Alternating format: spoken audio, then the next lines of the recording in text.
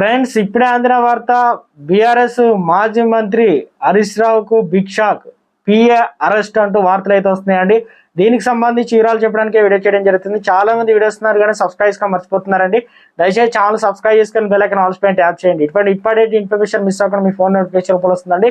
చాలా మంది మీరు చూస్తున్నారు కానీ లైక్ చేయడం లేదండి. దయచేసి లైక్ చేయండి, ఇన్ఫర్మేషన్ అందరికీ తెలుస్తుంది. తెలంగాణ రాష్ట్రంలో రోజుకో సంచలనం చోటు చేసుకుంటుంది. తాజాగా ఆరోగ్య శాఖ మంత్రి తన్నీరు హరీష్ రావు, పిఏ నరేష్ సహా మరో ముగ్గురిని పోలీసులు అయితే అదుపులోకి తీసుకున్నారు. సీఎం రిలీఫ్ ఫండ్ అనగా CMRF చెక్కులు గోల్మాల్ కేసులో ఈ నలుగురు జూబ్లీహిల్స్ పోలీసులు అదుపులోకి తీసుకున్నారు. నరేష్ హరీష్ రావు వద్ద డేటా ఎంట్రీ ఆపరేటర్ గా పనిచేస్తున్నాడు. మెదక్ జిల్లాకు చెందిన దూమ రవి నాయక్ ఫిర్యాదు కేసుతో నమోదు చేసిన జూబ్లీహిల్స్ పోలీసులు దర్యాప్తు అయితే చేస్తున్నారు.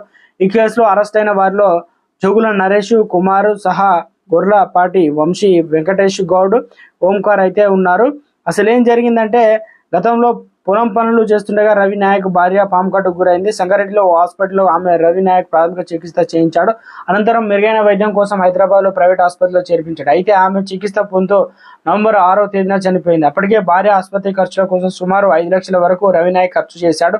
భార్య మరణానంతరం సీఎం రిలీఫ్ ఫండ్ కోసం బాధితుడు దరఖాస్తు చేసుకున్నాడు. అయితే అప్లై చేసిన నెలలు గడుస్తున్నా సీఎం రిలీఫ్ ఫండ్ పై స్పష్టత రాలేదు. దీంతో రవి నాయక్ CMOలో సంప్రదించాడు. అప్పుడప్పుడు అసలు గుట్టలు రట్టయింది. రవి నాయక్ భార్య పేరిట సీఎం రిలీఫ్ ఫండ్ మంజూరైందని CMO వర్గాలు తెలిపాయి. జోగు నరేష్ కుమార్ అనే వ్యక్తి చెక్కులు అందుకున్నట్లు కూడా CMO వర్గాలు అయితే తెలిపాయి. హరీష్ రావుకు షాక్. CMRF చెక్కుల్లో గోల్మాలు కేసులో మాజీ మంత్రి పాత PA సహా నలుగురు కూడా అరెస్ట్. రాష్ట్రంలో ఒక